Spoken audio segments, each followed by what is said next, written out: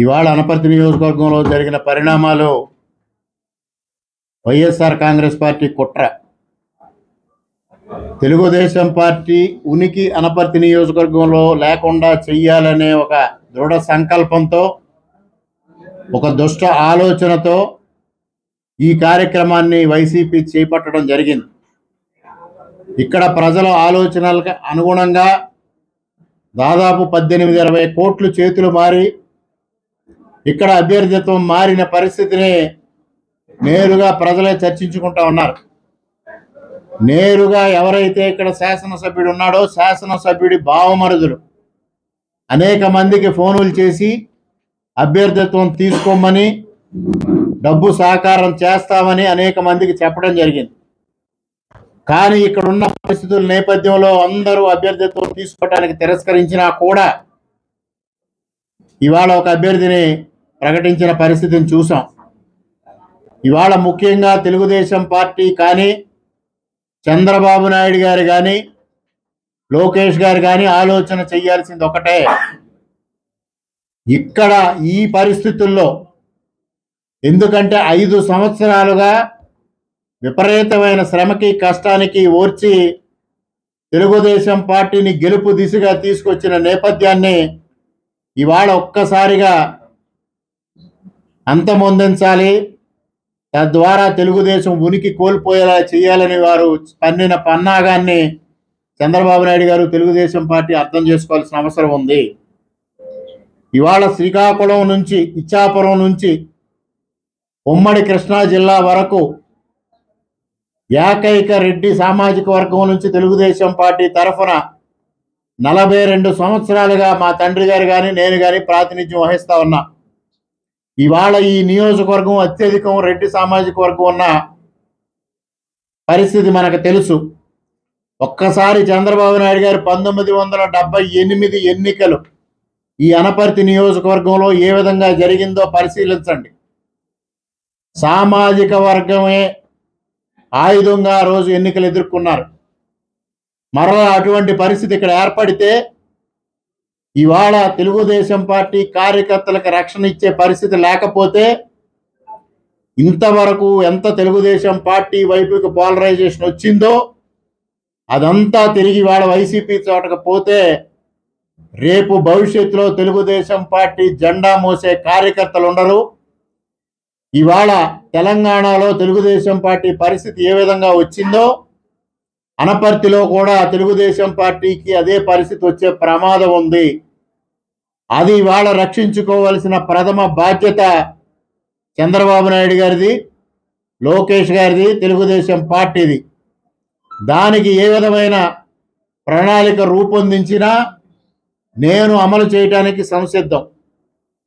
ఇవాళ 5 సంవత్సరాల పాటు ఇక్కడ ఎదుర్కొన్న సమస్యలు కానీ, ఇక్కడ ఎదుర్కొన్న కష్టాలు కానీ, నాకు ఎదురైన ఇబ్బందులు కానీ సామాన్యమైనవి కాదు.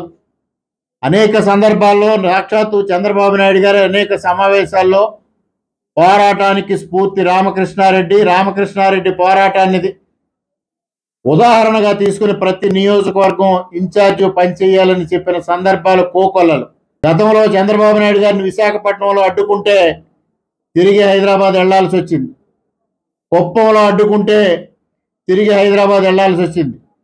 సాక్షాత్తు చెలో ఆత్మకూరు అంటే ఉండవెల్లిలో ఇంటి దగ్గర నుంచి కదలని పరిస్థితి పోలీసులు సృష్టించడం జరిగింది. అటువంటి సందర్భాలు అనేకం. ఆ రోజు అనపర్తిలో ఇదేం కర్మ కార్యక్రమాన్ని అటువంటి అడ్డంకులన్నీ అధిగమించి తెలుగుదేశం పార్టీ కార్యకర్తలు పోలీసుల బ్యారికేడ్ని, పోలీసు వలయాన్ని ఛేదించి విజయవంతంగా ఇదేం కర్మ కార్యక్రమాన్ని నిర్వర్తించిన సంగతిని కూడా చంద్రబాబు నాయుడు గారు గుర్తు చేసుకోవాల్సిన అవసరం ఉంది. చంద్రబాబు నాయుడు గారిని అవమానించిన అనపర్తి గడ్డ మీద తెలుగుదేశం పార్టీ జెండా ఎగరాలి, తెలుగుదేశం పార్టీ ఉనికిని కాపాడుకోవాలి. అదే నా లక్ష్యం అని ఈ సందర్భంగా తెలియజేస్తా ఉన్నా. ఇవాళ నా పైన 39 కేసులు, ఒక హత్యాయత్నం కేసు పెట్టి జైలుకు పంపించారు. సుపారీ ఇచ్చి హత్య చేయడానికి ప్రయత్నం చేశారు. 42 లక్షలు ఇచ్చి క్షుద్ర పూజలు చేయించారు. కార్యకర్తల పైన 185 కేసులు పెట్టారు. ఈ నియోజకవర్గంలో నేను తప్ప ఏ కార్యకర్త జైలుకు వెళ్లకుండా కాపాడుకోగలిగాం. అది ఎన్నోసార్లు ఎన్నో సందర్భాల్లో చంద్రబాబు నాయుడు గారు అనేక సభల్లో కూడా ప్రస్తావించిన సంగతిని ఈ సందర్భంగా గుర్తు చేస్తా ఉన్నా.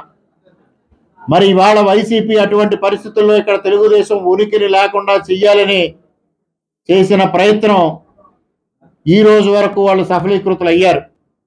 ఇవాళ తెలుగుదేశం ఉనికిని కాపాడుకోవాలి, తెలుగుదేశం పార్టీ జెండా అనపర్తిలో ఎగరాలి, అదే మా సంకల్పం. ఇవాళ కార్యకర్తలతో సమావేశం కావడం జరిగింది. కార్యకర్తలు అనేక అభిప్రాయాలు తెలియజేశారు. కానీ నా ఆలోచన రేపటి నుంచి ప్రజల్లోకి వెళతా. 5 రోజుల పాటు ప్రజల దగ్గరికి వెళ్ళి ఈ 5 సంవత్సరాలు, గతంలో 37 సంవత్సరాలు, ఈ 42 సంవత్సరాల నుంచి మూలారెడ్డి గారి కుటుంబం ఇక్కడ తెలుగుదేశం పార్టీ పటిష్టత కోసం కానీ, నియోజకవర్గ అభివృద్ధి కోసం కానీ, ప్రజల సంక్షేమం కోసం కానీ, కార్యకర్తల రక్షణ కోసం కానీ ఏ విధంగా పనిచేసిందో నేను, నా భార్య, నా కుటుంబ సమేతంగా ప్రజల్లోకి వెళ్ళి వివరిస్తాం. ప్రజల అభిప్రాయం మేరకు 5 రోజుల తర్వాత ఏమి నిర్ణయం తీసుకోవాలి అనేది నిర్ణయం తీసుకుంటాను. ఏది ఏవైనా నా అంతిమ లక్ష్యం తెలుగుదేశం పార్టీ ఇక్కడ కార్యకర్తలను కాపాడుకోవాలి. ఇవాళ నేను కానీ, నా కుటుంబం కానీ తీవ్రమైన ప్రమాదంలో ఉన్నాం. ఏ క్షణంలో అయినా అనేక సార్లు అంతమొందించడానికి ప్రయత్నం చేశారు. నా ఇంటిపైన దాడులు చేశారు, నా కారు పైన దాడులు చేశారు, సుపారీలు ఇచ్చారు. ఆ ప్రయత్నాలు కొనసాగుతాయి. అయినప్పటికీ నా చివరి శ్వాస వరకు కార్యకర్తల్ని కాపాడుకోవడమే ధ్యేయంగా, తెలుగుదేశం పార్టీని కాపాడమే ధ్యేయంగా రేపటి నుంచి ప్రజల్లోకి వెళతానని తెలియజేస్తా ఉన్నా. సమస్య లేని ఇల్లు ఉండదు, పరిష్కారం లేని సమస్య ఉండదు. బంధాలు గొప్పవి, బాధలు చిన్నవి. మీ సమస్యని మేము పరిష్కరిస్తాం. రండి, మాట్లాడుకుందాం.